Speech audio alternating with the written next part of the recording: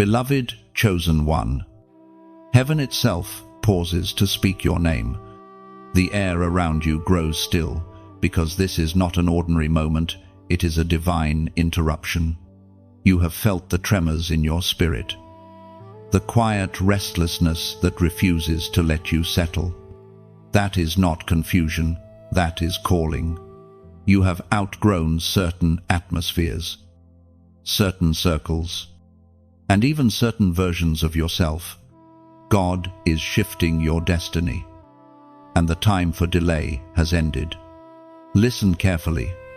Every distraction, every detour, and every disappointment that has crossed your path was never meant to destroy you. It was meant to direct you. You are standing on holy ground, not by accident, but by divine orchestration. Heaven has scheduled this encounter, and nothing about it is random. You are not lost. You are being redirected. You are not being left behind.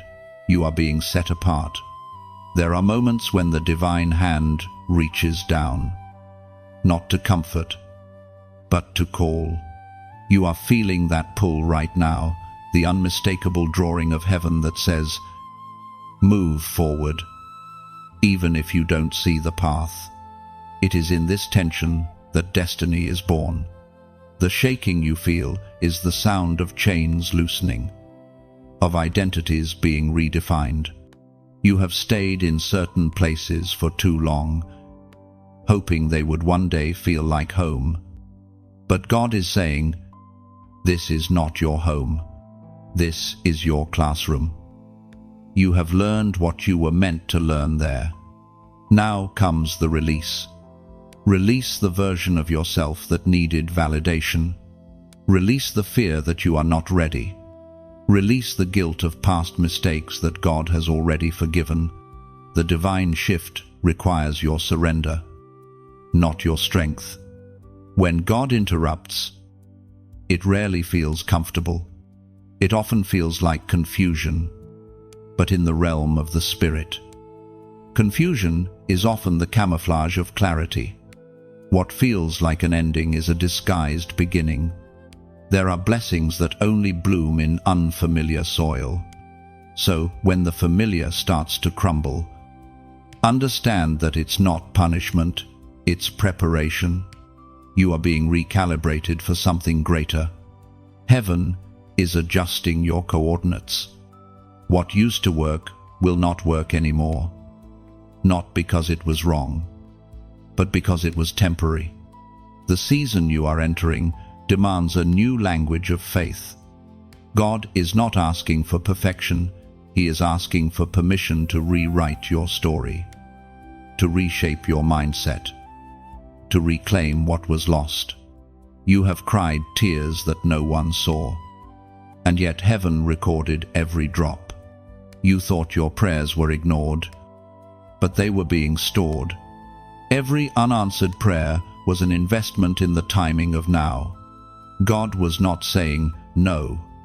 He was saying, not yet. Chosen one, it is time to respond. The Spirit is stirring within you with a holy urgency. No more rehearsing your pain. It's time to release it. You are not defined by what you've lost, but by what you're becoming. Do not resist the shift. Welcome it. The very ground beneath your feet is sacred with promise. You are being positioned where your light can no longer be hidden. The delay you've experienced was never a denial, it was divine incubation. What God is birthing through you will break generational barriers. This is not merely about your personal victory, it's about your divine assignment. Lift your head. Heaven has not forgotten you.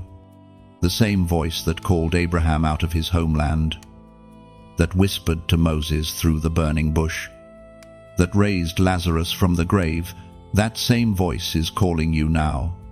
Your obedience will open doors no human hand could ever unlock. As was spoken in the sacred texts of old, it is written in the book of Isaiah, chapter 43, verse 19, Behold, I am doing a new thing. Now it springs forth. Do you not perceive it? This is your moment of divine recognition. You are not here by accident. Every delay was designed to lead you here, to this awakening, this realization, this transformation. Heaven has pressed pause on everything else just to say this to you. You are chosen. There is a light rising within you that no darkness can extinguish. Every scar now carries a message of survival. Every wound, a prophecy of healing. You were never meant to blend in. You were meant to blaze trails for others who are still trapped in the shadows of doubt and fear. You stand at the threshold between what was and what will be. Angels lean close to witness your obedience, and creation itself holds its breath as you take your next step. For every tear you've sown in pain, heaven has prepared a harvest of joy and vindication beyond imagination. So take a breath. Lift your spirit. Receive the word. The shift has already begun. And if you feel this word echoing within you, if you know deep down that this message is yours, then like, share, and comment the number 777 as a prophetic declaration that you are ready for the shift God is releasing over your life right now. You've been feeling the heaviness lately, the invisible weight pressing on your chest. The kind that doesn't come from physical exhaustion, but from carrying too much in your soul. You wake up tired, even when you've slept. You move through your days trying to smile. Yet something inside of you whispers that it's time to let go. Beloved chosen one, the fatigue you feel is not weakness. It is revelation. God is revealing what can no longer travel with you. There are emotions, memories, habits, and even relationships that have served their purpose but have now expired. Heaven is showing you that the burden you carry was never meant to be permanent. It was preparation. You see, the divine journey always begins with release. Before God multiplies, He separates. Before He blesses, He breaks. Before He elevates, He empties. You are in that sacred space now, the in-between, where the old no longer fits, and the new has not yet fully formed. It feels uncomfortable because your spirit knows there is more, but your heart is still holding on to what once was. This is where surrender becomes holy. The Father is saying, let it go, not because it failed, but because it fulfilled that friendship that drifted away, that door that closed, that opportunity that never came back. They were not punishments. They were protection. God removes what we do not have the strength to release ourselves. Every tear you've cried over what's slipping away is seen. Heaven takes attendance of your sorrow. But heaven also knows what's coming next. Sometimes the pain of letting go is the only thing strong enough to push you into purpose. You think you're losing something, but in truth, you're being freed from what would have limited you. There are things you've been clinging to because they once brought comfort. But the same thing that comforted you in one season can confine you in the next. Growth requires the courage to loosen your grip. You cannot fly if you refuse to unfold your wings. Listen, there is no shame in being tired. Even warriors rest. Even prophets weep. The weight you've been carrying is not proof that you are weak, but proof that you've endured far longer than most would have. The Lord sees the scars on your heart, the silent prayers, the private battles. Nothing is wasted in His sight. When you feel the fatigue of faith, that's when grace speaks loudest. You've walked through valleys that others would have quit in. You've stood in storms that tried to drown you. You've carried promises through years of uncertainty. yet you are still here. That is not by chance, it is by divine design. The process of shedding is not punishment, it's purification. Like a tree in winter, you are losing leaves, but not life. What falls away now only makes room for new growth. You cannot hold on to the dead branches of yesterday and expect to see spring bloom. The pain of pruning precedes the beauty of blossoming. And in this moment, heaven leans close to whisper, "You are not being undone, you are being remade." Every weight you release becomes an offering. Every sigh becomes a seed of surrender. You will not collapse under this burden, you will ascend beyond it. The world has taught you to keep pushing, to never show weakness, to keep everything together. But God is not asking you to be strong in your own strength. He is inviting you to rest in His. The release is not defeat, it is trust.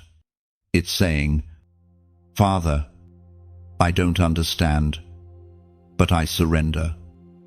As Jesus Himself declared in the Gospel of Matthew, chapter 11, verse 28, "Come to me, all who labor and are heavy laden, and I will give you rest." That rest is not the absence of struggle, it is the presence of peace. It is a supernatural stillness that calms the storms both around and within you. When you finally lay down what's been draining you, you make space for what restores you. Right now, heaven is exchanging your heaviness for healing. The same hands that molded the mountains are the ones lifting your burdens. The same voice that called Lazarus from the grave is calling you back to life.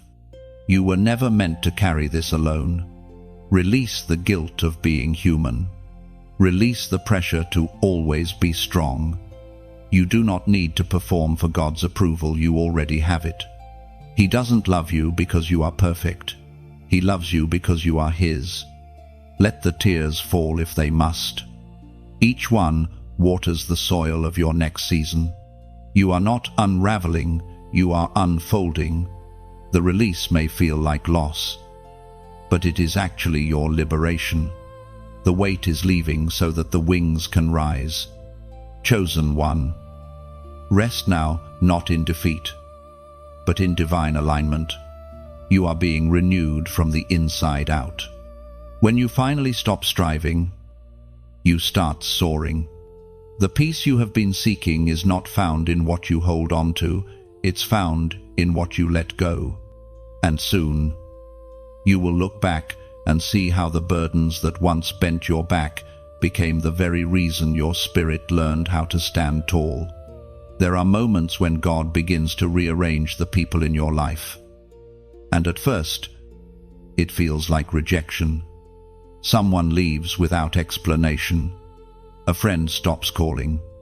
A relationship you thought was forever suddenly falls silent.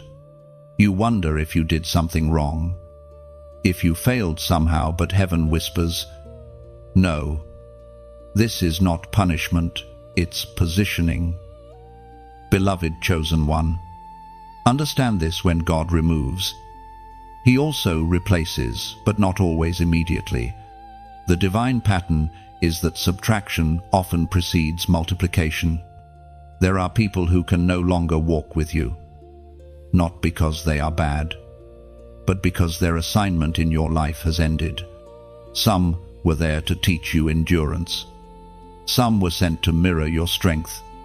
And some were simply bridges, meant to carry you across one season, but not into the next. You see, you have been praying for destiny, but destiny requires discernment. You cannot ask God for expansion and still cling to attachments that shrink your spirit. There are alignments that served your growth once, but now stunt it. God is too merciful to allow you to stay surrounded by what limits your anointing. He will shake loose every connection that competes with your calling. Do not chase those who walk away. When God ordains distance, no amount of effort can sustain connection. Let them go in peace. even if they left you in pieces. Sometimes their departure is the answer to prayers you didn't know you were praying. You asked for clarity, God gave you separation. You asked for strength, God gave you solitude. You asked for truth, God showed you who was never meant to stay. Every closed door carries the fingerprints of heaven. The divine hand often removes without warning, because if you saw it coming, you might have tried to stop it. But you must trust this sacred truth. Anything or anyone that leaves your life under God's watch is not your loss. It's your liberation. You may miss what was, but heaven is preparing what will be. The pain of parting is not the end, it's the passage. You cannot move into a new season carrying the weight of relationships that were only meant for a previous chapter. This pruning hurts. Yes, but it also heals. The divine gardener never cuts without purpose. Let your heart rest in this. The people who remain after the storm are the ones ordained to help you build what comes next. They are the ones who recognize your light and don't fear it. You don't have to beg them to understand your calling, they see it, because they were sent for it. And remember this, some people left you not because they were weak, but because your presence revealed their discomfort with truth. Your growth convicted them. Your obedience unsettled them. You became evidence that God still moves. And not everyone can stand next to that kind of light without feeling their own shadows. Don't take it personally. Take it prophetically. You are not being isolated, you are being insulated. God is preserving your anointing. There is a difference between being lonely and being hidden. Loneliness hurts, but hiddenness heals. You are in the divine cocoon where transformation is taking place unseen. What feels like loss now will one day be revealed as protection. Heaven is whispering, I am not taking from you. I am taking you higher. The separation is sacred. The silence is strategy. You are not meant to chase what's walking away. You are meant to chase the purpose that's walking toward you. The Spirit spoke through the writings of John, chapter 15, verse 2. Every branch in me that does not bear fruit, he takes away. That is what's happening. Chosen one. The divine gardener is removing what no longer bears fruit in your life. And though it stings, pruning is always followed by power. After this season of divine removal, you will bear more fruit than ever before. The places that feel empty now will soon overflow with purpose. You are learning the art of release without resentment, of detachment without despair. The same God who wrote your beginning is not confused about your middle. If he allowed someone to leave, it's because the story between you and them had reached its final sentence. Stop rereading a chapter God has already closed. In time, you will thank him for every unanswered text, every unexplained exit, every goodbye that made no sense, because each of them created space for the divine replacements, relationships that nourish your purpose, not drain it, voices that lift you higher, not pull you down. And now, as this revelation settles in your spirit, I invite you to seal it with faith. Type, I trust God in the comments below. Say it as an act of surrender, not just words. When you declare, I trust God, you are releasing your grip on what you cannot control and placing it into the hands of the one who controls everything. You are declaring that you will no longer chase what walked away, but you will chase obedience instead. You are affirming that every removal has a reason, and every ending carries an unseen beginning. Let that declaration echo in your heart as you breathe again, lighter than before. The people who are meant for you will meet you in purpose, not in pain. Until then, rest in the assurance that heaven is working behind the scenes, and your circle is being refined by divine hands. There are seasons when everything around you goes quiet, and it feels as though heaven has muted itself.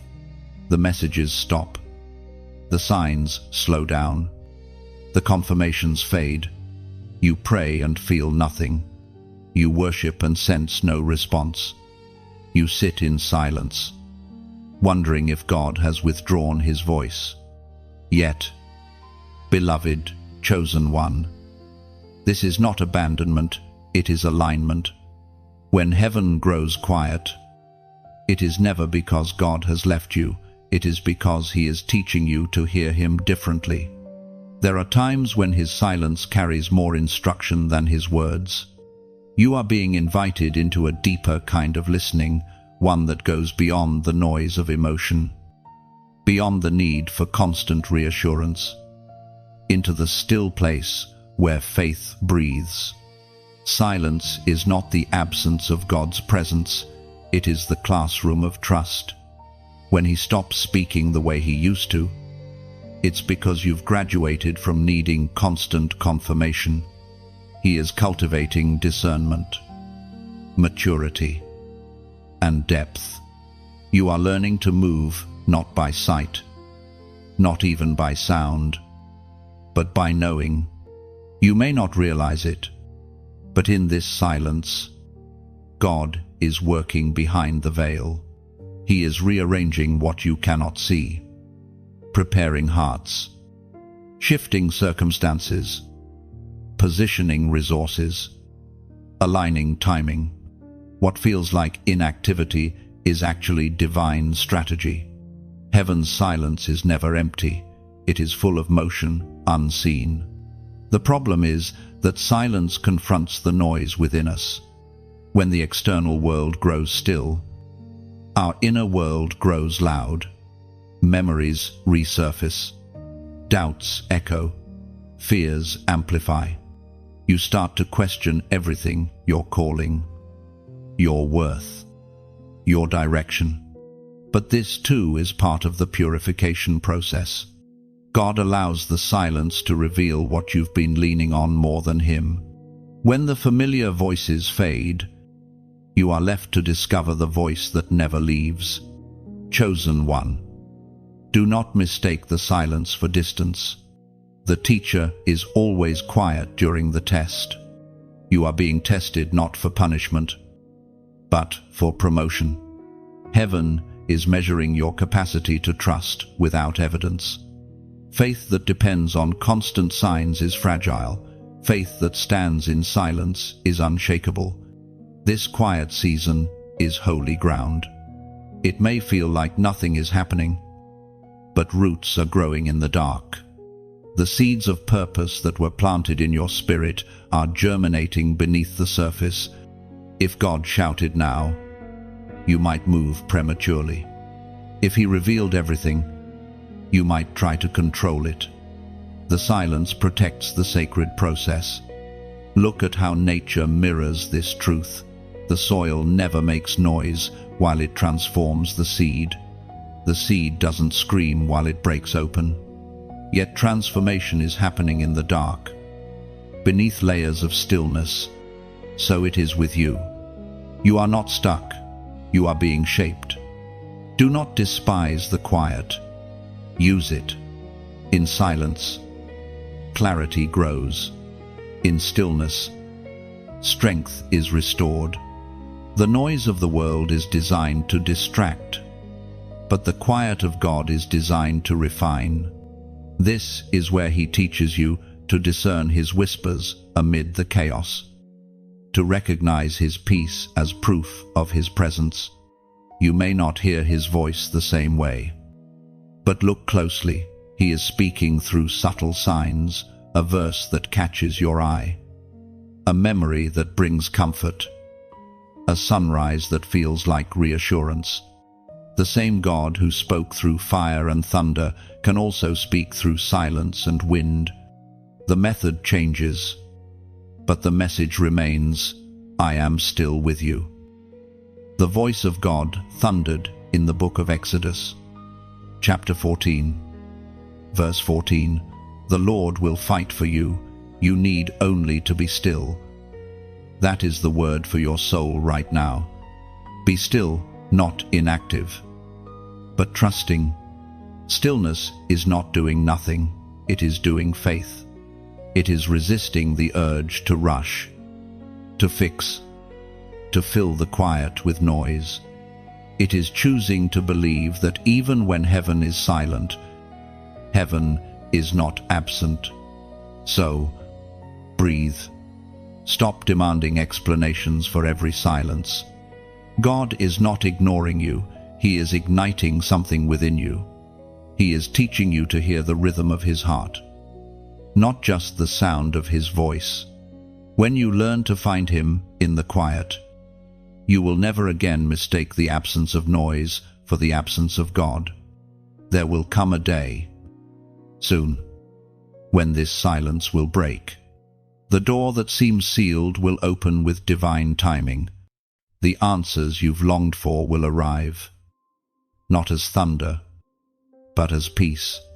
And when they come, you will realize the quiet was never empty. It was full of preparation. Until then, walk softly in the silence. Guard your peace like treasure. Let your heart rest in the assurance that heaven has not gone quiet on you. It has simply gone deeper within you. The silence is not the end. It is the in-breath before divine exhale. What feels like waiting is actually becoming. You are not forgotten. You are being fine-tuned for what only silence could shape.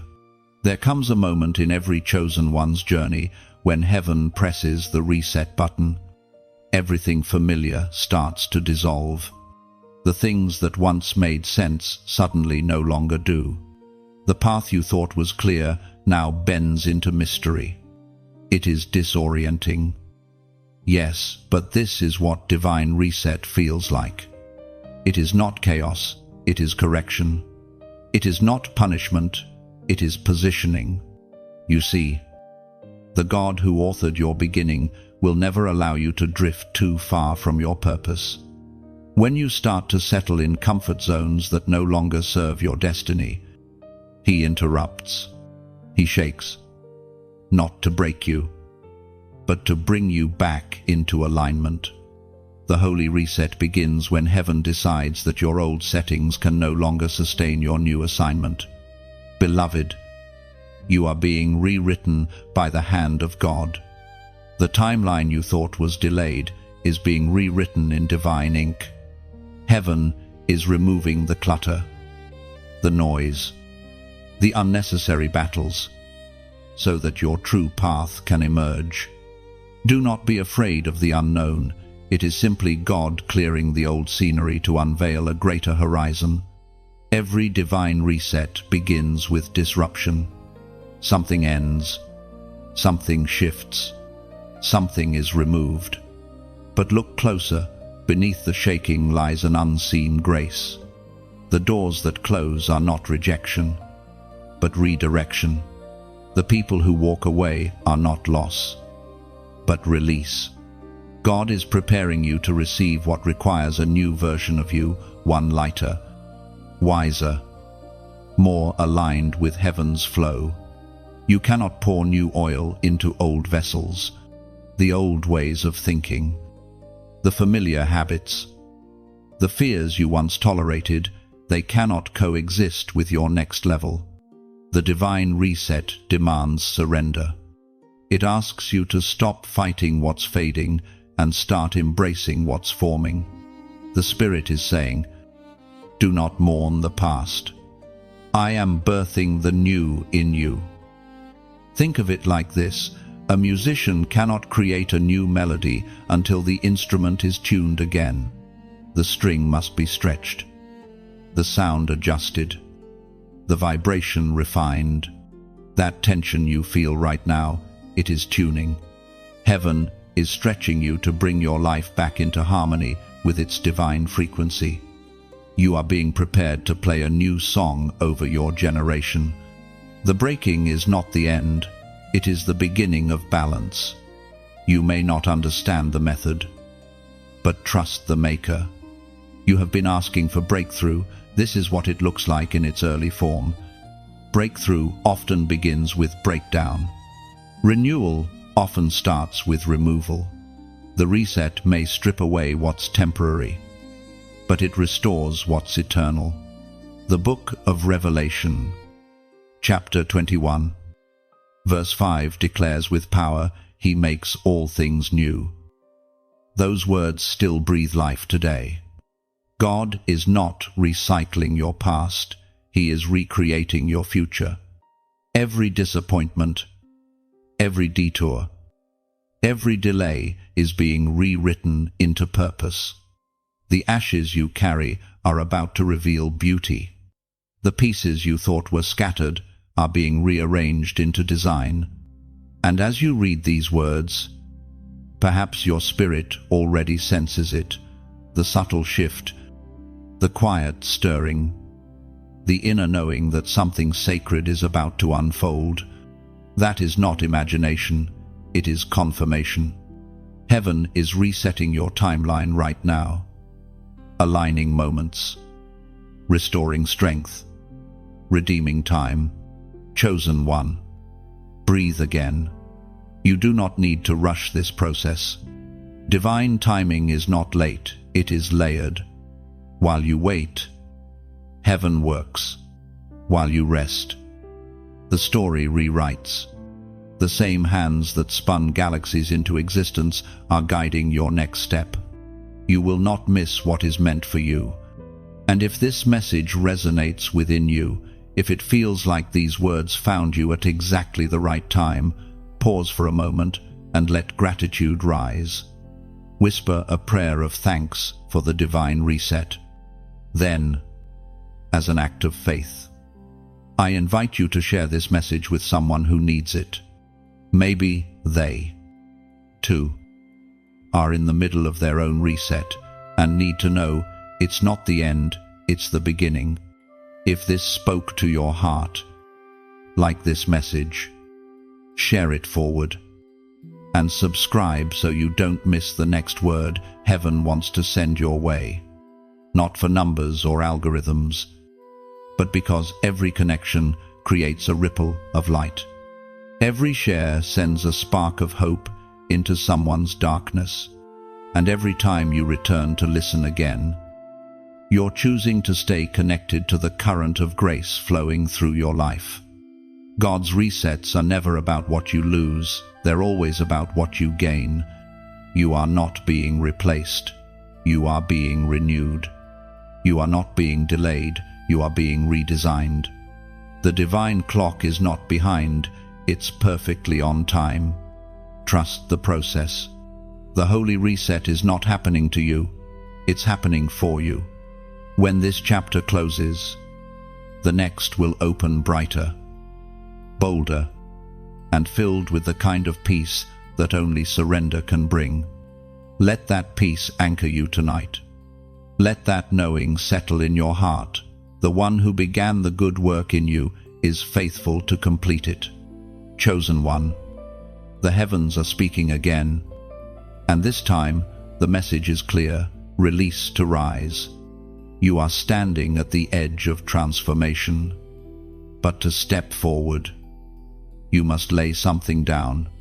There are weights still clinging to your spirit fears, regrets, old attachments that cannot journey with you into your next level. What once helped you survive is now holding you back. You cannot carry what's next while clutching what's past. God is inviting you into a sacred exchange to trade the heavy for the holy, to release what no longer serves your destiny so that you can rise into what's been waiting all along. It's not punishment, it's purification. Heaven is calling for lighter hands and freer hearts. You've been praying for elevation, but elevation always requires release. The higher you go, the less you can hold. Just as an eagle sheds feathers to fly stronger, so must you shed what has been weighing your wings. The Lord is not asking you to forget, it's deeper than that. He's asking you to forgive, to detach, to release without resentment. Maybe it's a person who once felt like home, but now their presence only brings confusion. Maybe it's an opportunity you chased that keeps breaking your peace. Or maybe it's the old version of yourself, the one still trying to please everyone, still afraid of being misunderstood. You are not that person anymore. The new you cannot emerge if you keep protecting the old one. The release is painful because the soul clings to familiarity, even when it hurts. But growth demands discomfort. To rise higher, you must let go of what feels safe but stagnant. This is why heaven is stirring you. Every disruption you've felt lately, every unease in your spirit, is God saying, it's time to let go. The scriptures speak through the words of Hebrews. Chapter 12, verse 1. Let us lay aside every weight and sin which clings so closely. That's not just advice, it's instruction for elevation. The divine shift you're entering cannot hold unnecessary baggage. Old fears, unhealed wounds, patterns of overthinking, they all become anchors when God is trying to give you wings. The release is your obedience in motion. Chosen one. When you let go, you make room for resurrection. Something always rises after something is released. Your surrender creates the space where miracles breathe. God cannot fill hands that are already full. He cannot pour new oil into hearts cluttered with yesterday's hurt. So open your hands, loosen your grip. Trust that what leaves makes room for what lasts. Think of Abraham on the mountain, asked to surrender Isaac, the promise itself. He didn't understand, but he obeyed. And in that moment of release, heaven provided the ram, the blessing, the breakthrough. Your obedience will unlock the same provision. You are not losing. You are exchanging. You are trading ashes for beauty, pain for purpose, burden for breakthrough. You may wonder, how do I release something that still matters to me? The answer is found in trust. You release by believing that God's hands are safer than yours, that what He removes, He replaces with better, that what He asks you to lay down, He intends to resurrect in divine form. You are entering a season of divine lightness. Your soul is learning to breathe again. You will find that the peace you feel after release outweighs the pain you feared in letting go. Heaven cannot bless what you refuse to release. The key is in your surrender. And so, as you stand at this sacred crossroads, take this as your confirmation: you are not being stripped. You are being sanctified. The fire that burns is not consuming you, it is cleansing you. You will rise higher, freer, stronger, carrying only what heaven allows. If this word is resonating deeply within your spirit, let it be more than emotion, make it declaration. As a prophetic act of faith, comment 888 below. This is not superstition, it is symbolic alignment. The number 888 represents new beginnings, resurrection, and divine overflow. By writing it, you're declaring that you are releasing what's old to receive what's ordained. It's your way of saying, I trust the process. I choose the rise. Heaven responds to acts of faith. Every small obedience shifts atmosphere. When you type that number, you are not just agreeing with words, you are aligning with heaven's rhythm. You are marking this moment as the turning point where you stopped clinging and started climbing. Release to rise. Chosen one. Don't fear the falling away. It's making space for your lifting. What leaves you was never meant to limit you. You are being unwrapped from the things that once restrained you. And when this process is complete, the same hands that asked you to let go will lift you to places your heart has only dreamed of. There is a trembling happening in your life right now, not the kind that destroys, but the kind that redefines. Everything that is not anchored in truth feels as if it's being shaken loose. Plans are shifting. People are revealing their real intentions. Paths that once felt clear are suddenly uncertain. And yet, chosen one, this shaking is not a sign of chaos. It is the sound of heaven removing what cannot remain. Before every divine elevation comes a divine shaking. Heaven does not build on unstable foundations. What is built on insecurity, pride, or pretense must crumble before what is built on faith can stand. God loves you too much to let you carry false structures into your future. So he shakes them. He exposes what cannot endure the weight of your calling. This is not the enemy's doing, it's the engineer's refining. The Spirit allows certain things to tremble so that you may see what's true beneath the surface. A structure that wobbles when the storm hits was never meant to last. The shaking is not meant to harm you, it's meant to help you identify what's real. When a tree is shaken, the dead leaves fall, but the roots remain. The same is happening within you. Relationships that were seasonal are falling away. Habits that hindered your growth are being revealed. False confidence is being stripped so that genuine faith can emerge. Every trembling moment has a purpose. It is aligning you with authenticity. You may feel as though everything familiar is shifting, and that uncertainty can feel terrifying. But remember this, the shaking always precedes the settling.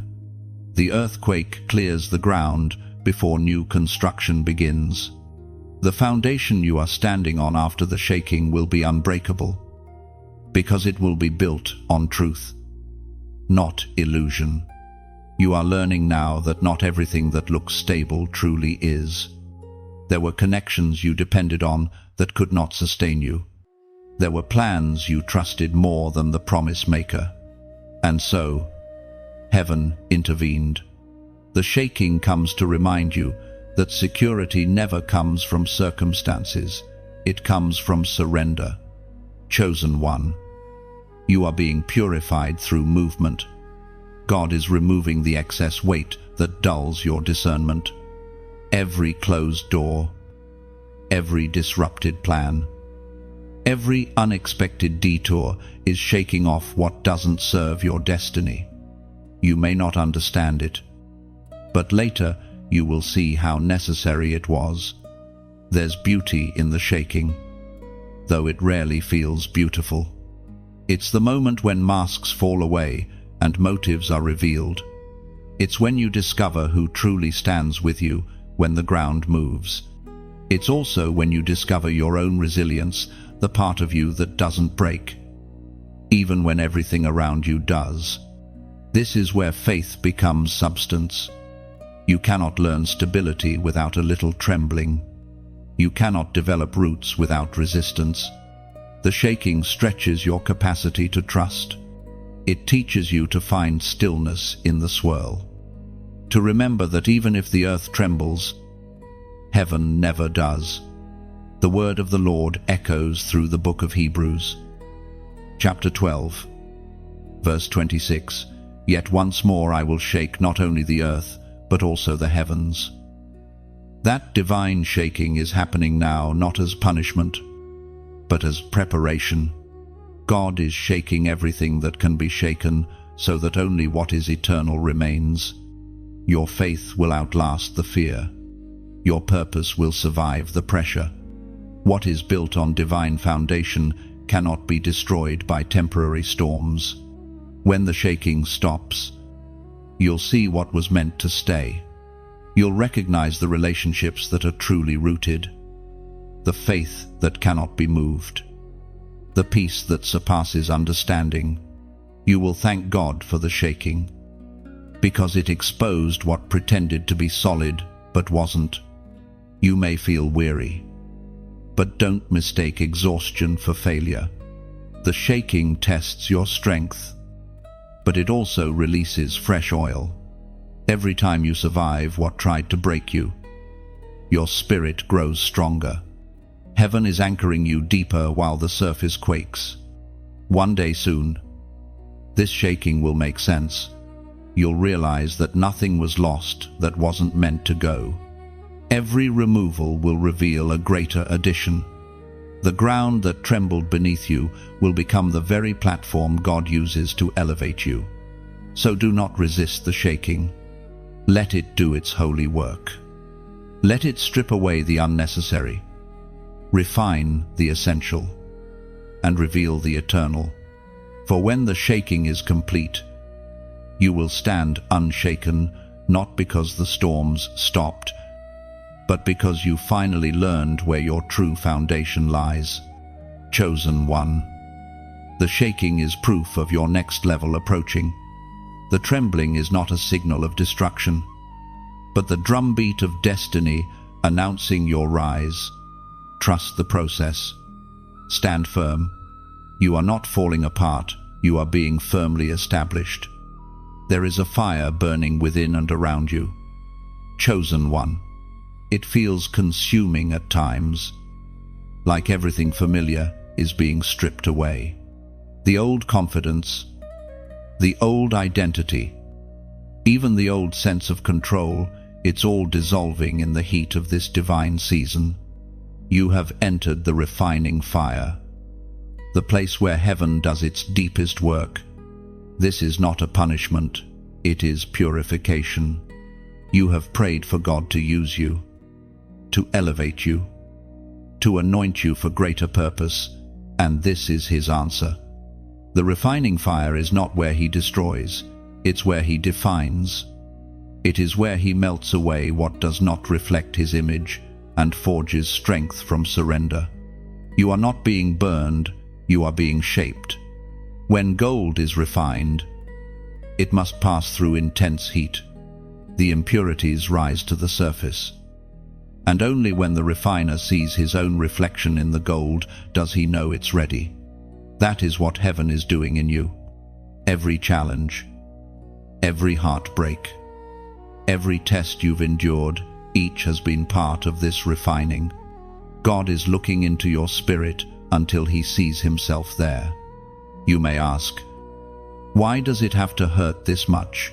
Because transformation always costs comfort. The fire reaches where the surface cannot. It touches the deep layers of pride, fear, and insecurity that cannot remain if you are to carry the next measure of glory. The heat you feel is love in disguise, divine love refusing to leave you half-formed. Sometimes God will let the temperature rise until all false attachments melt away. He'll let the things you depended on fail so that you rediscover dependence on Him alone. The refining fire burns away illusion, what you thought you needed, what you thought defined you, what you thought would last forever. And though it hurts, when it's over, you will emerge radiant and pure, shining with purpose. The Spirit spoke through the book of Malachi, chapter 3, verse 3. He will sit as a refiner and purifier of silver.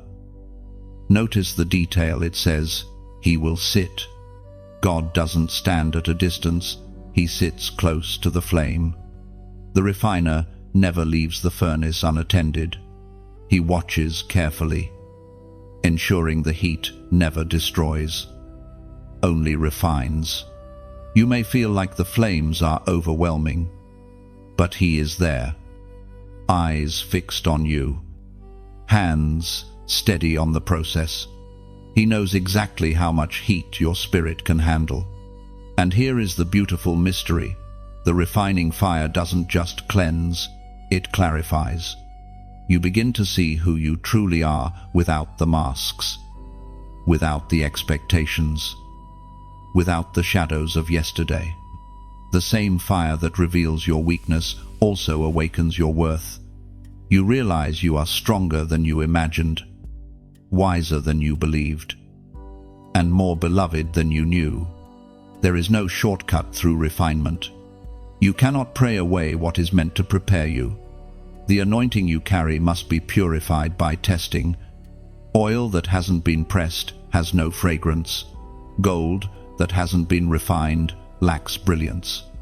What you are enduring now will one day become the glow that others see in you.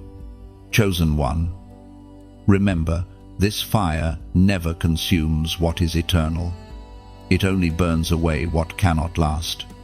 The flames may roar, but they are powerless to destroy what God has ordained. When you pass through this fire, you will not smell like smoke.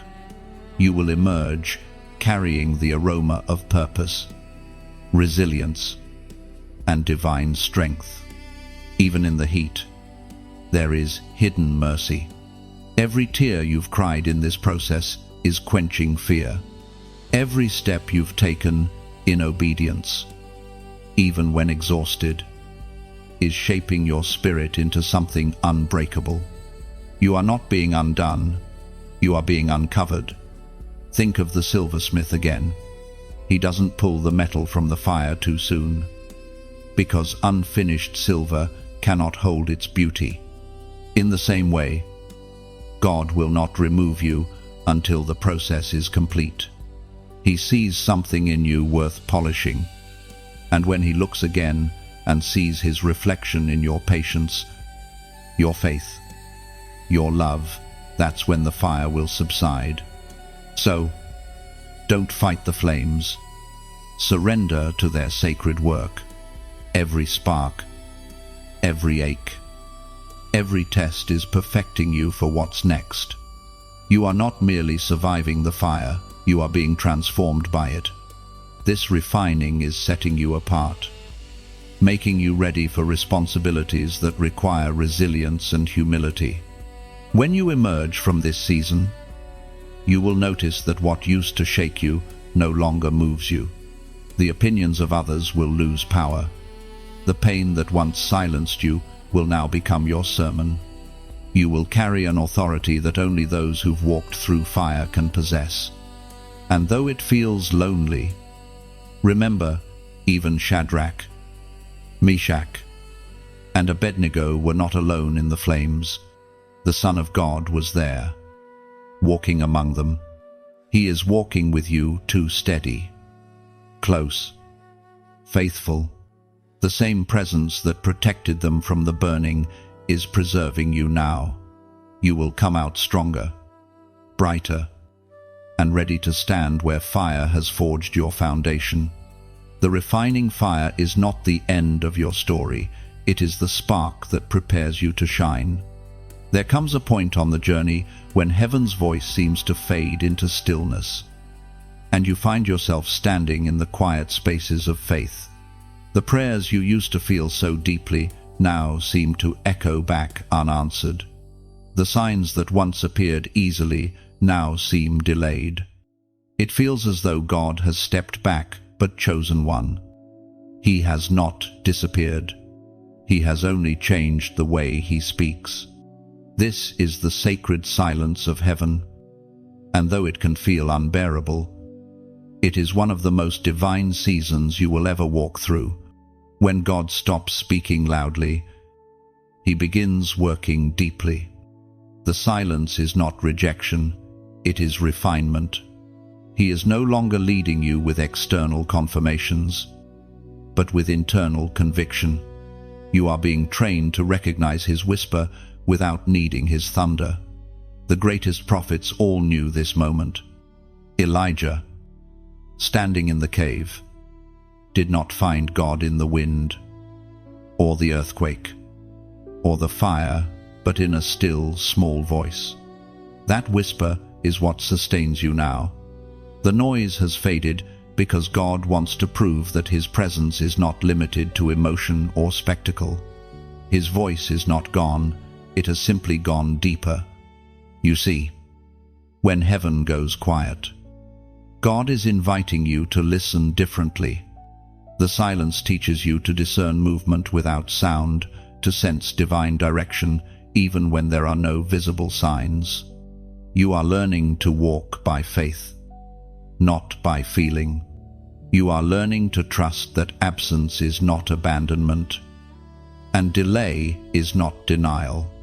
This is where mature faith is forged. The child in us wants constant reassurance.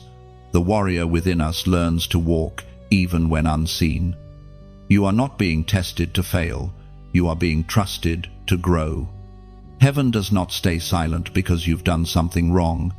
It goes silent because you are ready for a deeper intimacy that can only be found in quietness.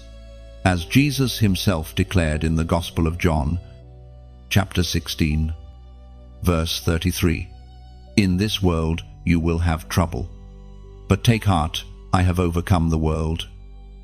These words are not just comfort, they are confirmation. Even when it feels as though the heavens have dimmed, victory is already written into your story.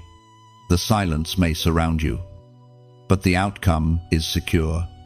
God's voice may seem distant, yet his promise remains undefeated. You may not hear his instructions, but you are walking under his protection. Think of a seed planted underground. It looks as if nothing is happening, yet within the soil there is movement stretching, rooting, transforming. The silence of heaven is the same. God buries your prayers in his timing, and in that unseen place, they begin to take root. The manifestation will come, but only after the quiet has completed its work. You are learning now to sit with uncertainty and call it holy. You are learning that trust is not built when you have answers, it's built when you choose to believe without them. The silence sharpens your discernment and purifies your desires. When you can trust God even when you cannot trace him, that's when faith becomes unshakable. Chosen one, heaven is not ignoring you. Heaven is investigating you. The quiet reveals what your heart truly seeks. Are you following for blessings or for the blesser? Do you still worship when the room feels empty? These are the sacred questions asked in silence. And yet, even here, there are whispers of mercy. The sunrise that still arrives, the unexpected kindness from a stranger, the peace that suddenly visits when you least expect it. These are the silent replies of God saying, "I'm still here." Do not rush through this season. The quiet will teach you what the noise never could. It will teach you to anchor in peace, to hear beyond words, to stand even when heaven seems still. Silence is where God reveals himself, not as a voice in your ear, but as a presence in your spirit. And now, as this truth settles within you, take a moment to seal it with a declaration of faith. Type "I still believe" in the comments below. Let it not be just a phrase, but a prophetic confession. When you write "I still believe," you are declaring that your faith is not fragile, that it does not depend on emotion or constant confirmation. You are saying to heaven and to every shadow that tried to silence you, "I still trust. I still hope. I still know he's with me." These words are more than text, they are testimony. Each time you say them, you shift the atmosphere around you. You remind your own heart that faith does not fade in silence, it matures there. Heaven hears your whisper even when you can't hear heaven's roar. So breathe deeply, sit quietly. Let peace become your answer. You will not always feel the voice of God, but you will always find his presence. And when the silence breaks, you'll realize that it never truly was silence, just the sound of God working in secret. Chosen one. Something is beginning to align in your life. And though you may not see it clearly yet, heaven is organizing what your heart has been praying for. There's a quiet rearrangement taking place.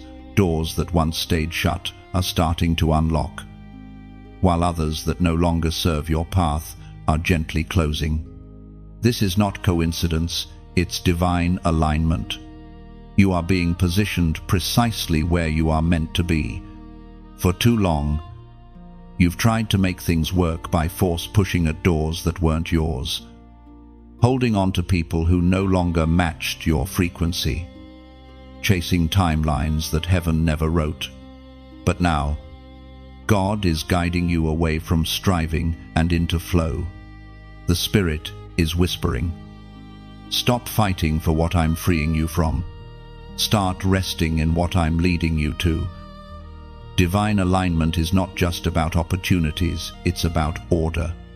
It's when heaven adjusts the rhythm of your life so everything begins to harmonize with purpose. The frustrations that once drained you start to fade, replaced by peace that doesn't make sense.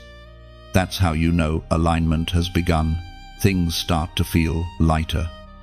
Not because the storm stops, but because your spirit finally stands where it belongs. The Apostle reminds us in the book of Proverbs, chapter 3, verse 6, "In all your ways acknowledge him, and he shall direct your paths." That verse isn't a suggestion, it's a blueprint. When you acknowledge God in every step, even the uncertain ones, you create space for him to lead with precision. Divine direction requires surrender. It means letting go of control long enough for heaven to take the wheel. You don't need to map out every turn, you just need to move when he says, "Go," and rest when he says, "Wait." Alignment doesn't always feel dramatic. Sometimes it comes quietly, through a shift in perspective or a nudge in your heart that says, "This is the way, walk in it." You begin to sense that even delays have purpose. Even detours have direction. You stop asking, "Why is this happening to me?" and start realizing, "This is happening for me." Beloved, you are not behind. You are right on schedule. The seeming pauses in your story are not interruptions, they are divine intervals. Heaven is tuning your steps to the rhythm of destiny. When the timing aligns, what felt heavy will lift.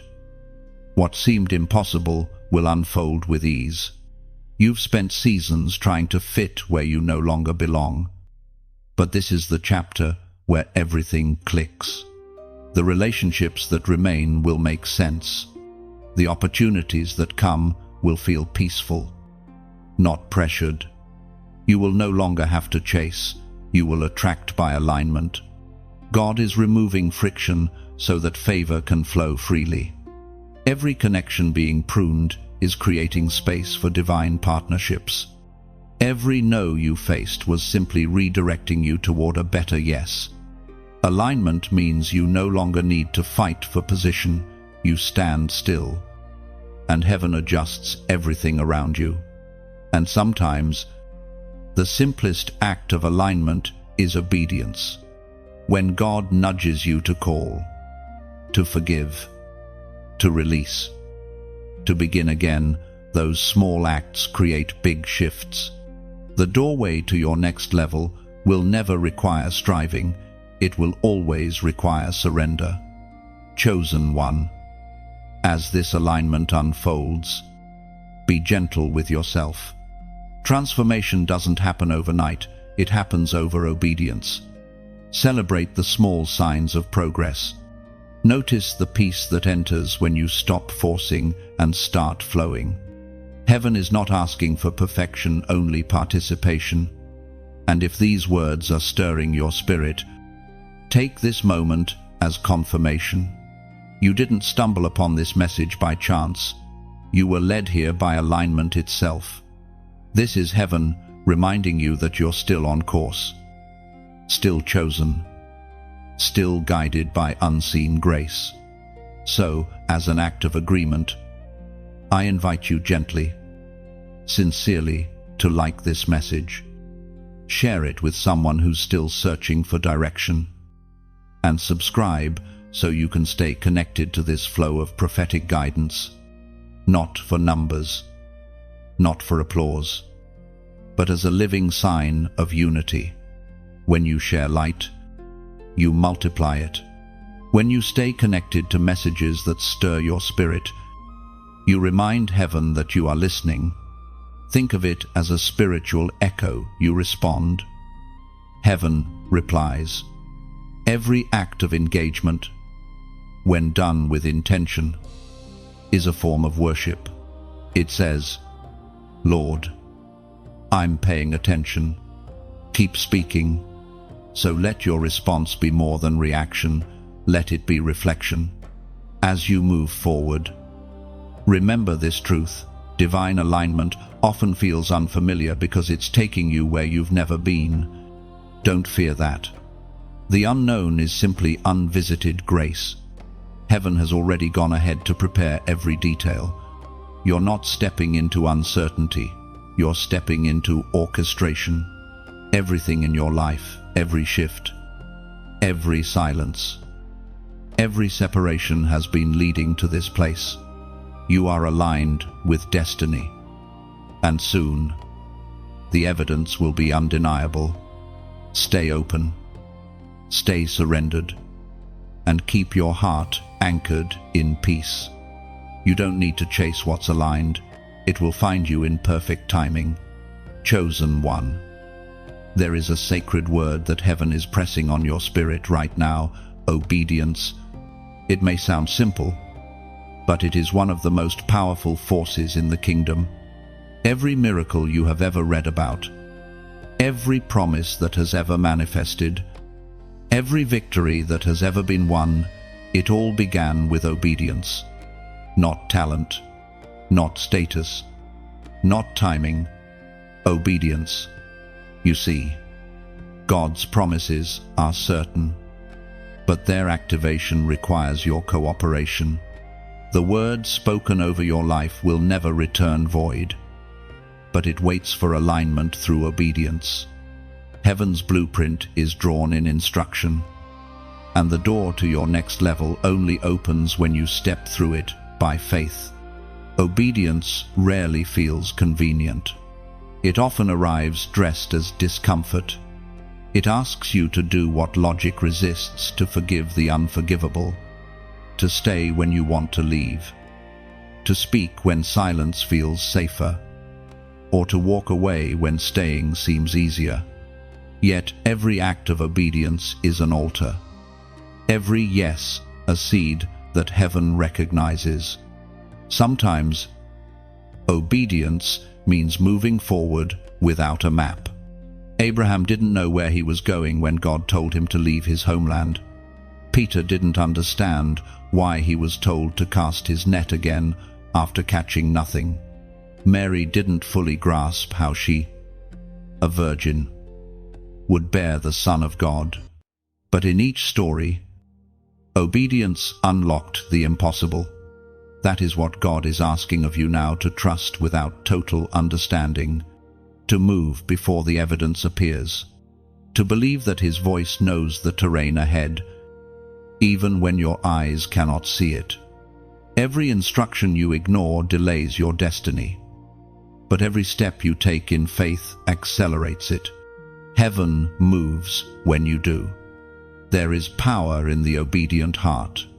When you yield your will to His, you become unstoppable. The enemy's greatest fear is not your talent or your prayers, it's your obedience. Because obedience connects heaven to earth, it turns ordinary moments into miracles. The Spirit speaks through the first book of Samuel, chapter 15, verse 22. To obey is better than sacrifice. That verse carries a timeless truth. God does not need your grand gestures. He desires your quiet surrender. He is not impressed by performance, but moved by obedience.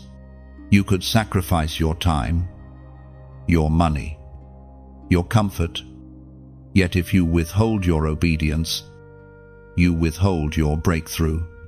Chosen one. There are instructions heaven gave you that you've postponed, maybe out of fear, maybe out of doubt. Maybe you convinced yourself you weren't ready.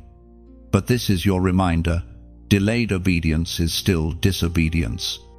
God is not waiting for your perfection, He's waiting for your participation. He cannot bless steps you refuse to take. The path of obedience is narrow but luminous. It may not always make sense, but it always makes miracles. When Noah built the ark, there had never been rain. When Joshua marched around Jericho, walls didn't seem like they could fall. When the widow poured her last bit of oil, it looked like loss. Yet obedience turned absurd instructions into divine interventions. You must understand that obedience will sometimes cost you what disobedience never could comfort: reputation or familiarity. But what you lose in the moment will be replaced by what can never be taken from you: peace, authority, and divine favor. And yes, there will be moments when obedience hurts, when it stretches your trust until it trembles. But every yes spoken in trembling faith still echoes in heaven as worship. God measures not the volume of your voice, but the sincerity of your surrender. There will also be moments of silence after you obey, moments where nothing seems to happen. But do not mistake that for failure. The seed of obedience takes time to germinate. You plant in faith, you water with patience, and heaven provides the increase in due time. Beloved, obedience is not about understanding every detail. It's about trusting the one who holds the details. You may not see how this next step fits into the larger picture, but God does. Every act of obedience writes another line in the story He is scripting through your life. Look around at your past. Every time you listened to that inner prompting, every time you followed the quiet nudge, every time you said yes, even when afraid something shifted, you might not have realized it then, but each act of obedience became a doorway. You walked through one, and heaven opened the next. And so here you are again, standing at the threshold of another instruction. It may be small, it may seem insignificant, but in the kingdom, small steps create supernatural shifts. The obedience you choose today will determine the strength of tomorrow's blessing. This is how destiny unfolds, not in grand moments, but in quiet yeses, not through applause, but through alignment. Heaven is waiting, not for your perfection, but for your willingness to move. Trust that the one who calls you to it will carry you through it. Keep your heart steady and your spirit listening. The next instruction is already forming in the stillness. When it comes, do not hesitate. Obey, because every time you do, the unseen world moves closer to manifesting what has been promised over your life since the beginning of time. There is a holy weight resting on your spirit. Chosen one, a sense that what you carry is valuable, sacred, and costly. It is the awareness that your calling is not ordinary, that heaven has placed a crown on your life that cannot be cheaply worn. The anointing upon you came with a price, and the time has come to acknowledge the cost of that crown. You've endured things others couldn't handle. You've walked through fires that should have destroyed you. You've faced rejection, isolation, misunderstanding, and still you stand. The reason is simple. You were being refined for royalty. Every tear you've cried, every loss you've suffered, every night you spent asking, "Why me?" was forging something eternal within you. The cost of the crown is not comfort, it is consecration.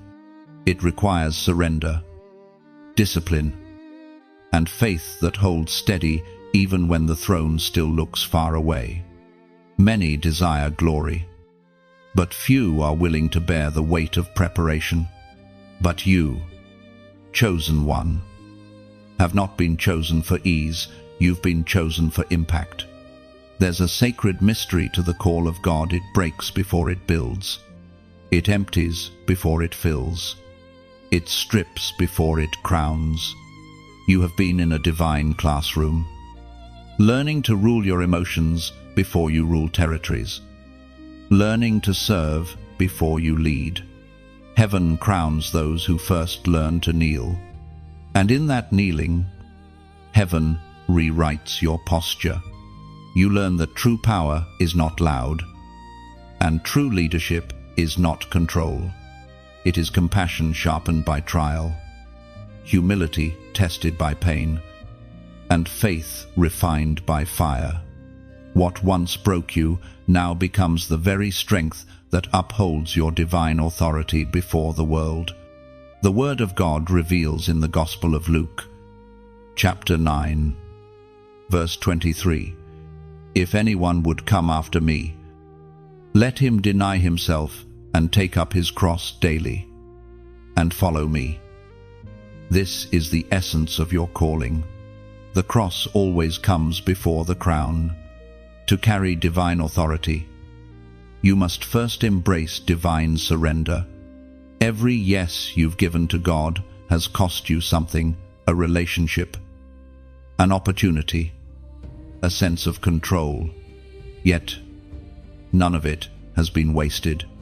The cross you carried in silence has been shaping the character that will sustain your crown. Do not envy those who seem to rise easily.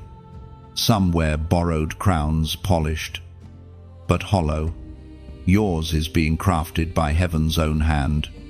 Each hardship has engraved your crown with authenticity. The pain you endured in private is becoming the authority you will carry in public. What you suffered silently will one day speak loudly through your life.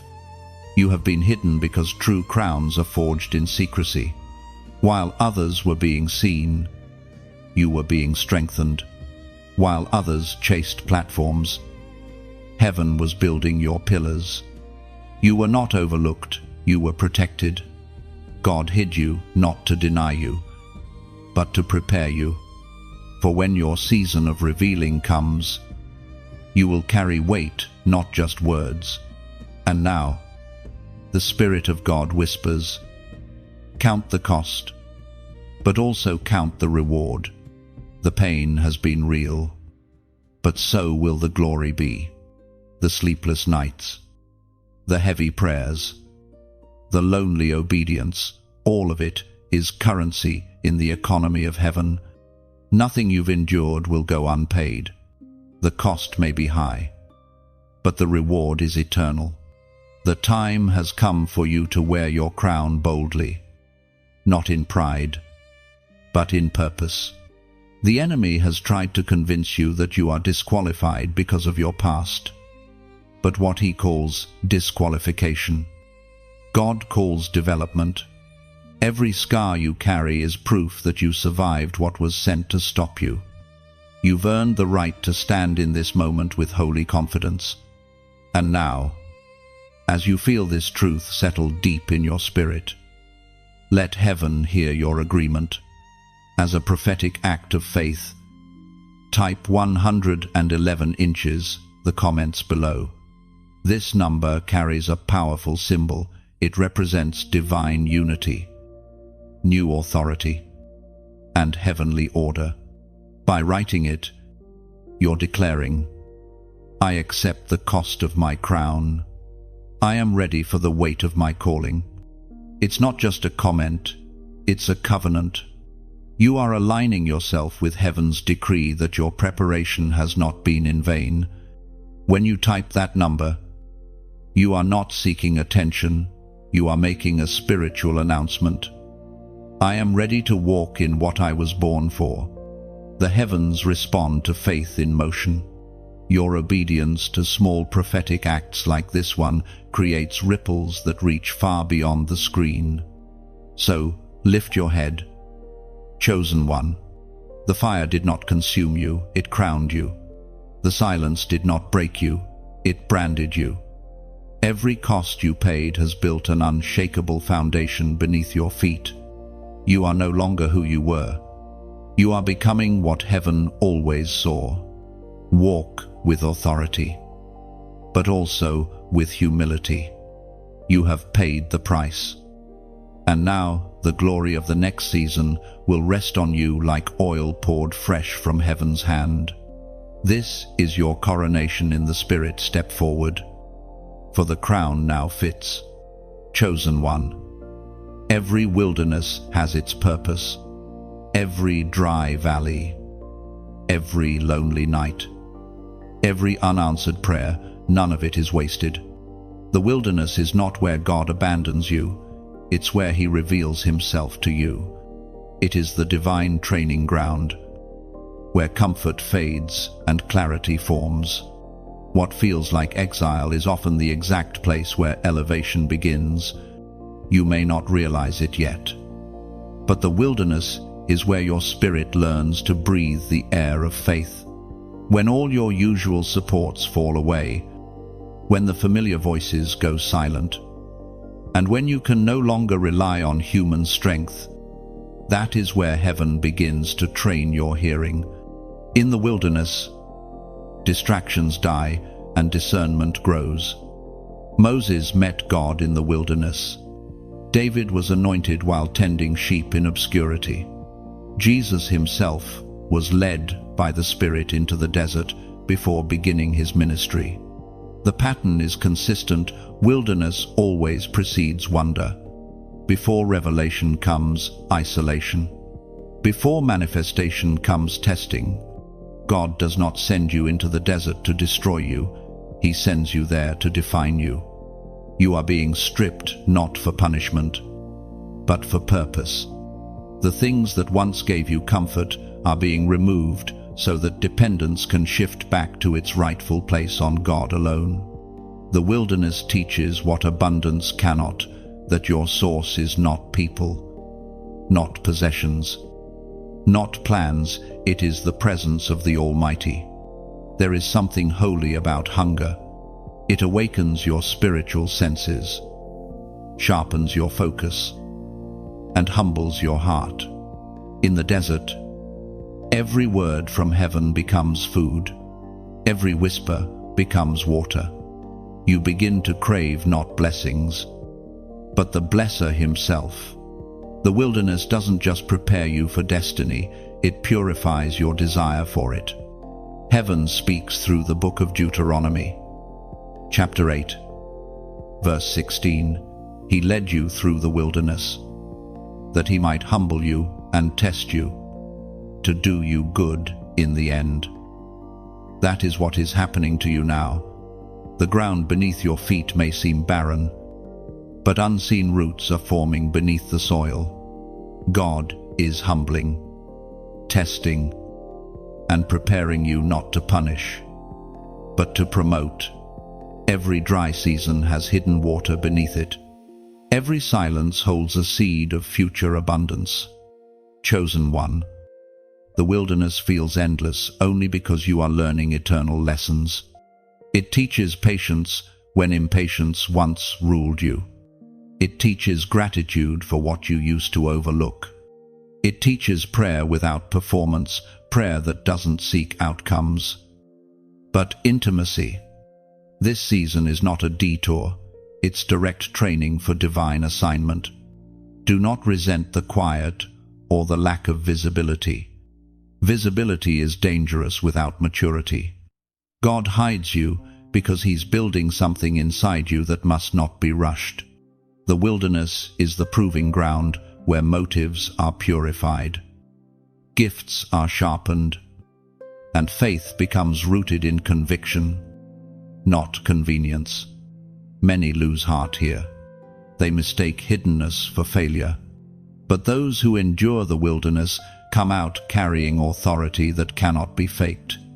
You will emerge from this place with eyes that see deeper and words that carry weight. The loneliness you feel now will soon translate into leadership that lifts others out of their deserts. Remember this, the wilderness is temporary, but the strength it gives lasts forever. When you come out of this, you will walk differently, lighter, wiser, unshakable.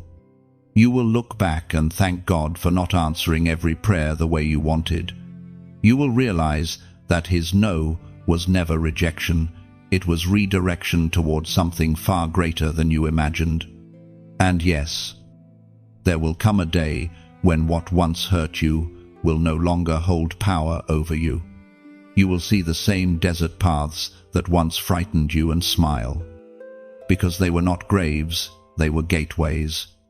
The very wilderness that broke your heart will become the testimony that ignites others to believe again. Chosen one.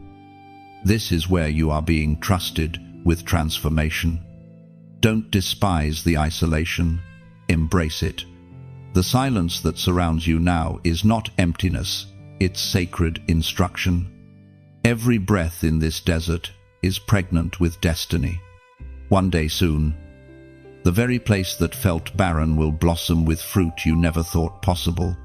Streams will flow where there was dust. Strength will rise where there was sorrow. You will step out of this wilderness radiant, restored, and ready. When you do, remember that this is not just about you. The wilderness was never meant to break you. It was meant to teach you how to guide others through theirs. You will become the voice that says, "I've been there and God was faithful." So hold steady. Beloved, the wilderness may seem endless, but it is not without purpose. Heaven is closer in the desert than anywhere else. Listen carefully, the silence is not empty. It is filled with direction. Soon, what once felt like exile will become the very evidence of God's nearness. Chosen one. Pain has always been heaven's most mysterious instrument of transformation. You didn't choose the breaking, yet through it, something divine began to awaken. The crushing moments that once left you gasping in confusion are now becoming the birthplace of your new identity. You are in the season of birthing, the birthing of the new you. You may not have realized it, but every tear you shed watered the soil of your next season. Every silent cry, every unanswered prayer, every moment you wondered if God still saw you, He did. He was shaping you beneath the surface, molding character, carving compassion, and preparing strength where weakness once lived. The pain wasn't punishment, it was preparation. Birth is never quiet. It is a process filled with pressure, contraction, and release. The spiritual birth you are experiencing follows the same pattern. The tension you feel is not the end, it's the evidence that something divine is pushing its way through you. Heaven is stretching you beyond what is comfortable so that purpose can emerge. When a child is born, the womb that once protected it begins to feel like a prison. So it is with you. What once felt safe is now too small. You cannot stay where you are because destiny demands expansion. The same environment that nurtured you in one season can no longer contain you in the next.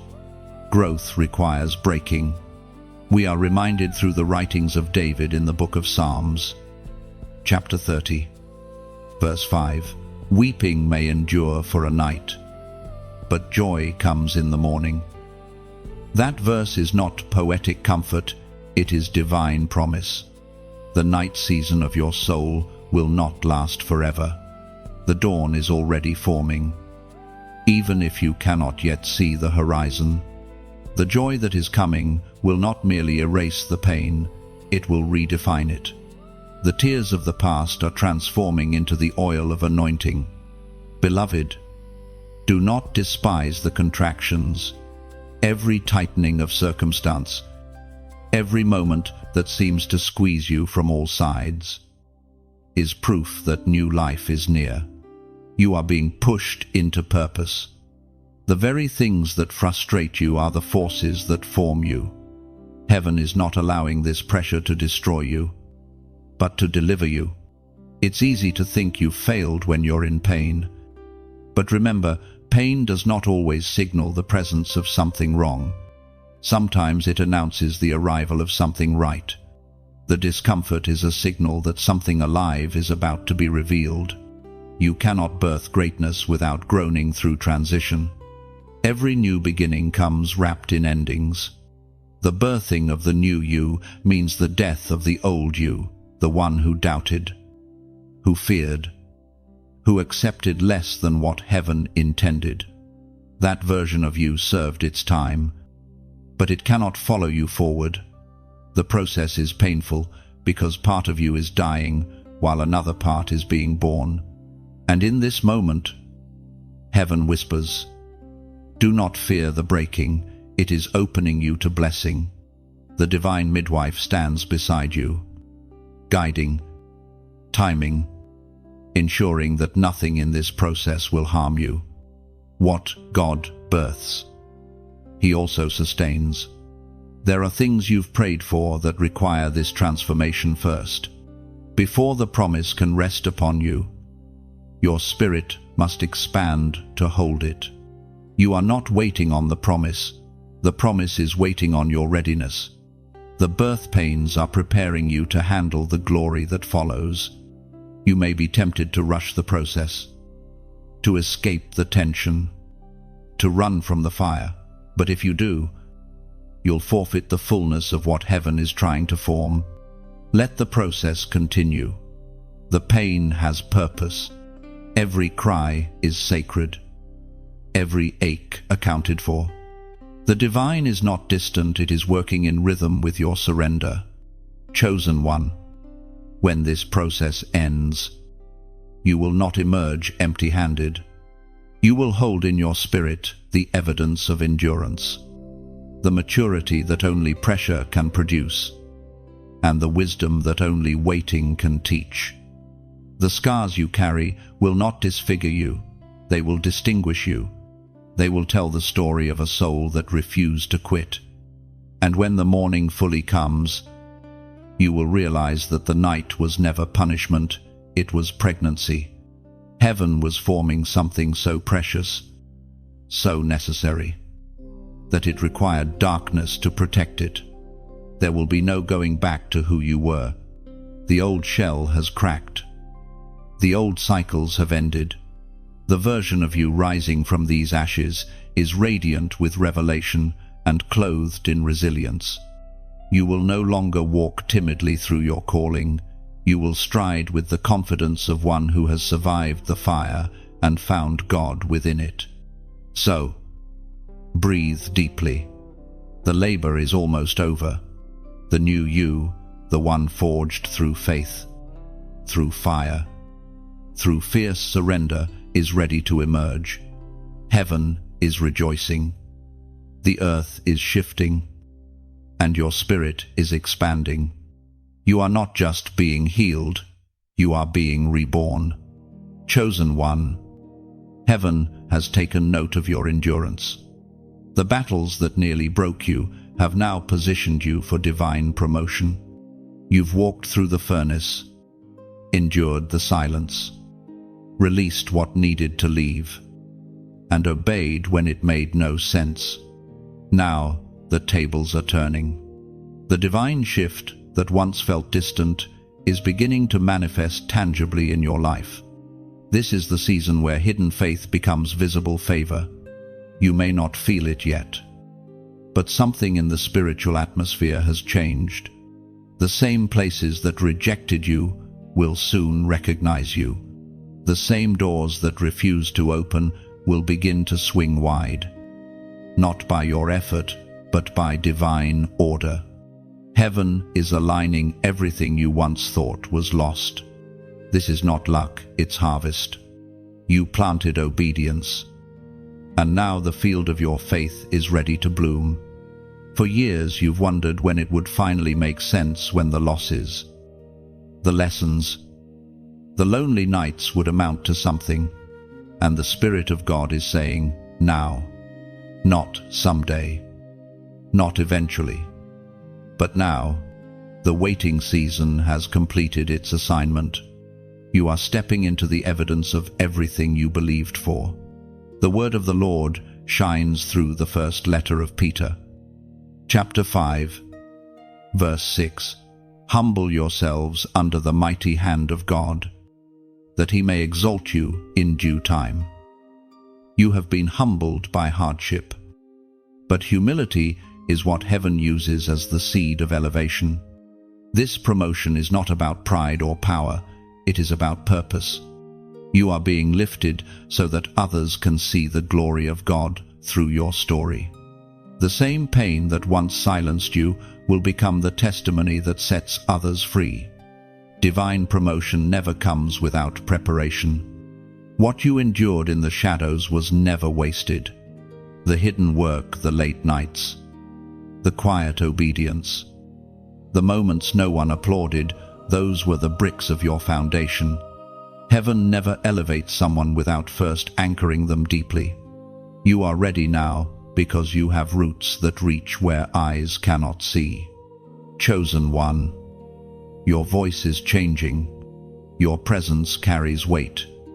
You will notice people beginning to respond to you differently, not because you are better than before, but because they can sense the oil of heaven upon you.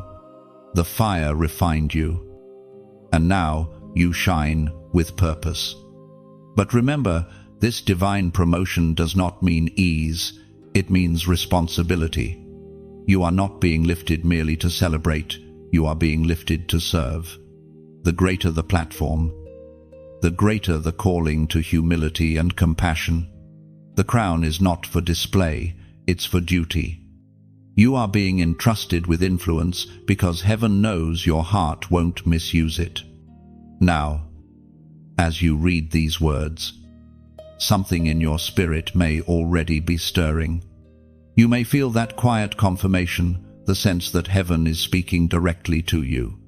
If this message resonates deeply, pause and acknowledge it. Whisper a thank you to God for keeping you through every season that led to this one. And if you feel led, express that gratitude tangibly, like this message. Share it with someone who needs to be reminded that promotion often comes after pressure. And subscribe to stay connected with this flow of anointing. Every act of engagement carries spiritual weight. It's not about numbers, it's about nurturing faith. When you share light, heaven amplifies it. Think of it as sowing forward the hope that was just given to you. Someone out there needs this same reminder that God hasn't forgotten them, that the shaking has a purpose, that humility always precedes exaltation. When you share, you become a messenger of that truth. And when you comment, let it be a testimony. Write from your heart what part of this word touched you. What season are you stepping out of? What has God taught you through the waiting? Your comment may be the encouragement someone else needs to keep believing. You never know who will find hope through the words you leave behind. Beloved, divine promotion doesn't happen in a moment, it unfolds over a lifetime of yeses. Every yes to God was a step up the mountain. Even when it felt like wilderness, you have climbed through tears, through uncertainty, through surrender. And now the summit is near. The view will make every valley worth it. The oil that is resting on you now was costly. It's the fragrance of perseverance, of trust proven through trials. Guard it well. Walk with grace. Lead with love. Because your elevation is not the finish line, it's the beginning of a greater assignment. You have been chosen not just to rise, but to raise others with you. So, as heaven opens this new chapter, carry this truth close to your heart. The promotion is not proof of your greatness, but of God's goodness. The very same God who lifted you from the ashes will use your story as a spark of hope for those still finding their way. Chosen one, step forward. The world needs what you carry. The light within you has been refined for this very moment. And as you continue to walk in obedience, may your every step echo the song of those who were faithful through the fire and found favor on the other side. Chosen one, there is a new authority awakening in your spirit. It is quiet, steady, and unlike anything you have carried before. It is not prideful or loud, it is rooted in peace, in wisdom, in the unshakable awareness that heaven now moves through you. This is what it means to walk in prophetic authority. Prophetic authority is not about titles or platforms, it is about alignment. It's when your life has become so surrendered that heaven's will flows through your words, your steps, your very presence. It's when your discernment sharpens not to judge others, but to see them through the eyes of mercy. You begin to perceive what others miss, not because you're superior, but because you've been refined in the fire of surrender. This authority was not given lightly. It was forged in silence, tested through storms, proven in obedience. You learn to hear God not only in His words but in His pauses. You learn to trust Him not just in provision, but in pruning. That's why the authority resting on you now carries weight. It's been paid for in faithfulness. Walking in prophetic authority means your words no longer come from reaction, but from revelation. You speak what heaven speaks. You don't strive to convince, you simply release truth. And it lands where it needs to. When you pray, atmosphere shifts. When you intercede, strongholds weaken. You are not just surviving anymore, you are governing in the Spirit. There is a mantle upon your life, one that calls for both boldness and restraint. The Spirit will whisper, "Say this," and you will speak, even when it's uncomfortable. Other times, He will whisper, "Be silent," and your silence will carry more power than any sermon. This is maturity, to move only when heaven moves, to speak only when the wind of God breathes through your words. As the prophet Isaiah declared in the book of Isaiah, chapter 60, verse 1, "Arise, shine, for your light has come, and the glory of the Lord rises upon you." That glory is not just shining on you, it is shining through you. You are becoming a vessel of divine expression.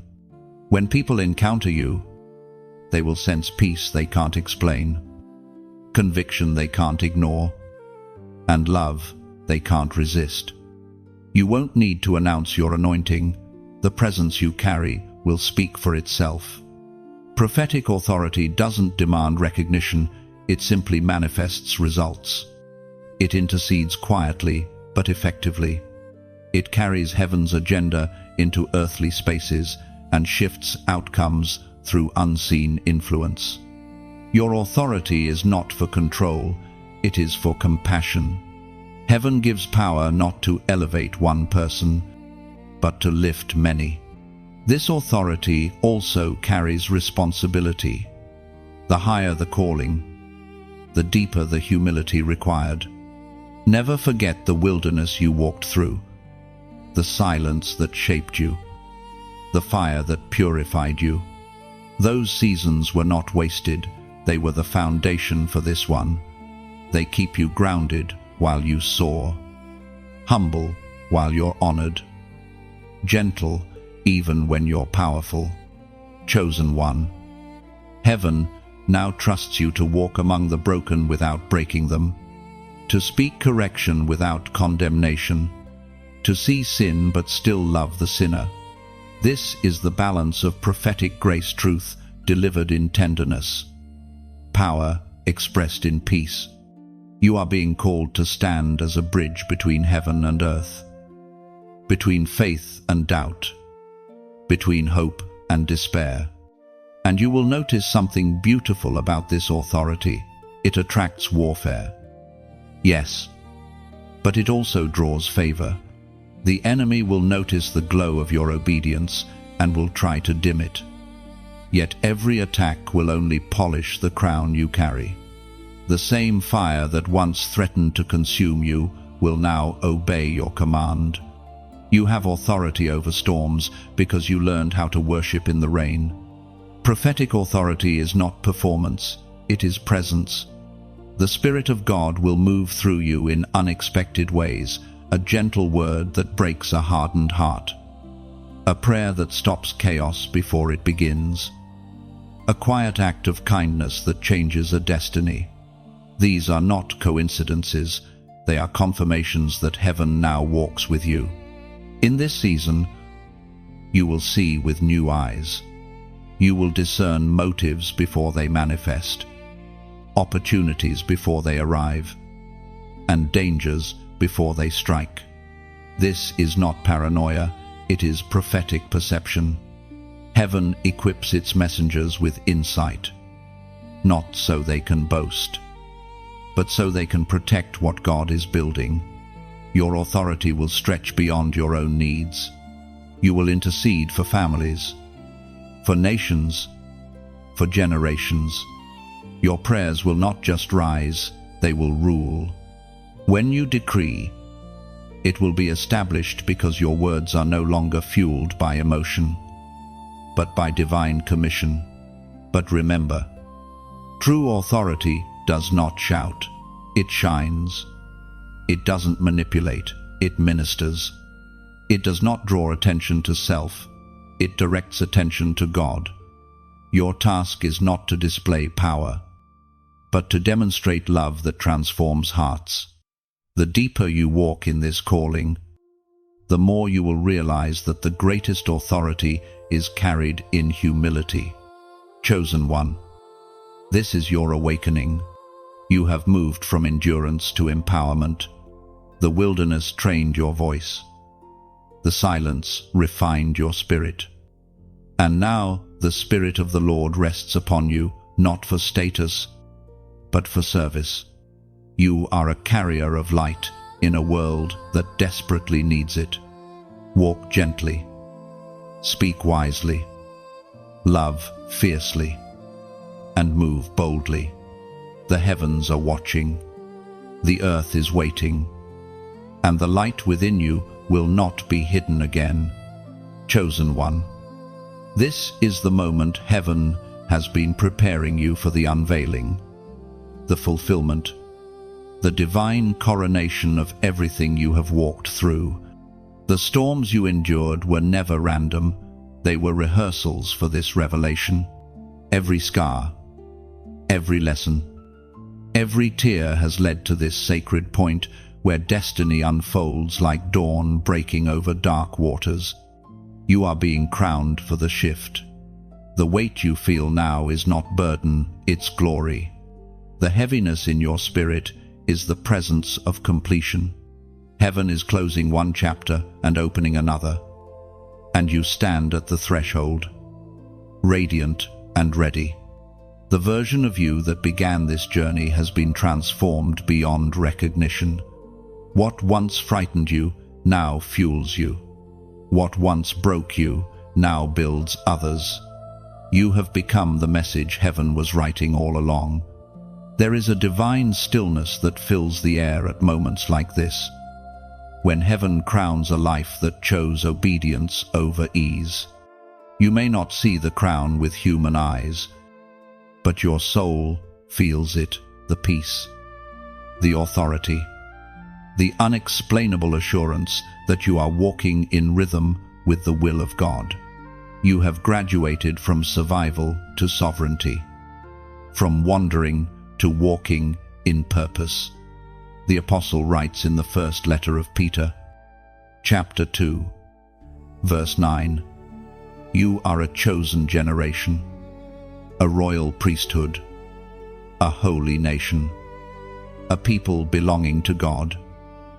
Those words were not written for history, they were written for now, for you. They describe the identity you have been growing into through every season of surrender. You are royal, not because of wealth or status, but because of who placed his mark upon you. You are priestly, not because you wear a robe, but because your life has become an altar. You are holy, not because you are flawless, but because grace made its home within your heart. This crown does not glitter like gold, it glows like glory. It rests not on your head, but on your life. Everywhere you go, the light of your obedience shines. People may not understand how you've endured, how you've stayed kind after betrayal, how you've kept faith after loss, but that is the evidence of your anointing. You are not the same. You have been sanctified through struggle and strengthened through surrender. Now, heaven is calling you to carry that light into dark places. You are not being elevated for applause, but for assignment. Your purpose is not to escape the world's pain, but to walk into it armed with compassion, discernment, and divine power. You are being sent back into the very arenas that once wounded you, but this time, you enter healed. This time, you enter whole. The shift is not just external, it is internal. You no longer crave validation because you carry revelation. You no longer chase affirmation because you know who you are. The voice that once trembled with uncertainty now speaks with clarity. You have learned to trust the whispers of God more than the noise of the crowd. This is maturity. This is mastery. This is the mark of the crowned, chosen one. Your crown is invisible to those who look with natural eyes, but it terrifies the darkness. Every demon that once mocked you now trembles at your rising. Every obstacle that once blocked you now bows before your authority. The same fire that purified you now surrounds you as protection. You have become both weapon and witness grace embodied in motion.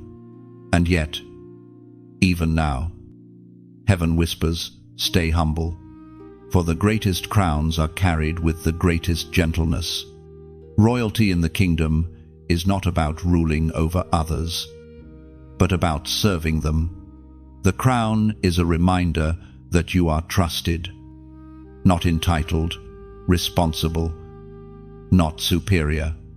It calls you to lead with love, to reign with mercy, to walk with wisdom.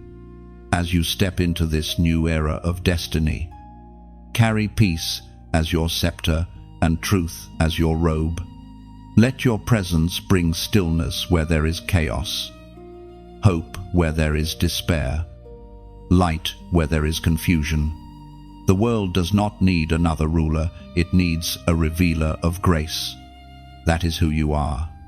And know this, the same God who crowned you will sustain you.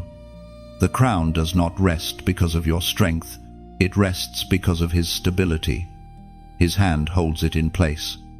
You need not fear losing what he has placed upon you. Your calling is sealed, your path preserved, your purpose protected. So lift your head not in pride, but in gratitude. The long road behind you was worth every step because it led here. The wilderness was the classroom. The fire was the forge. The silence was the shaping. You have emerged as one who carries heaven's heartbeat on earth. Walk with reverence. Beloved, the world will see the crown, but heaven will always see the scars that earned it. And both are beautiful, for together they tell the story of redemption, the story of one who was chosen, refined, and released to shift destinies. This is your coronation moment. Destiny has been activated, purpose has been sealed, and the light within you will never be dimmed again. Chosen one, as this final word settles into your spirit, take a deep breath and let gratitude rise. You've journeyed through fire, silence, and surrender. You've been refined, restored, and realigned. Now, heaven looks upon you not as one who merely survived, but as one who overcame. The shift has happened. You are standing in the afterglow of transformation. Everything written in these words has been a mirror reflecting what God already placed within you.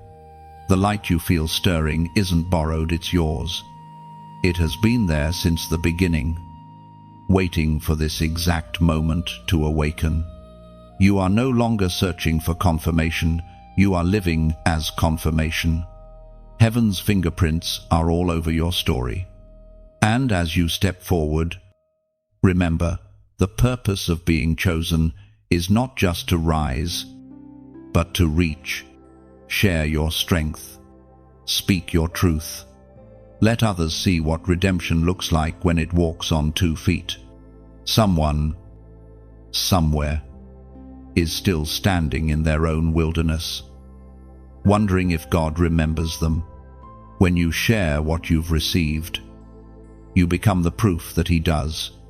If these words have found you, lifted you, or reminded you who you are, don't let the message end here. Like this message so others might see it. Share it with someone who needs a reminder that their pain is producing something divine. Subscribe so you can stay connected to the same current of grace that's been flowing through every section of this journey. Not for vanity, not for numbers, but because light multiplies when it's shared. And in the comments below, write from your heart. Tell heaven and the world what part of this journey spoke to your soul. Your words may be the confirmation someone else has been praying for. You are part of a greater movement of faith, many voices. One purpose, all chosen. Go forth, beloved. The world will never be the same because you decided to believe again. Walk in the calm strength of one who has seen God in the storm and found peace in His presence. You are light. You are legacy. You are, and will always be, one of God's chosen ones.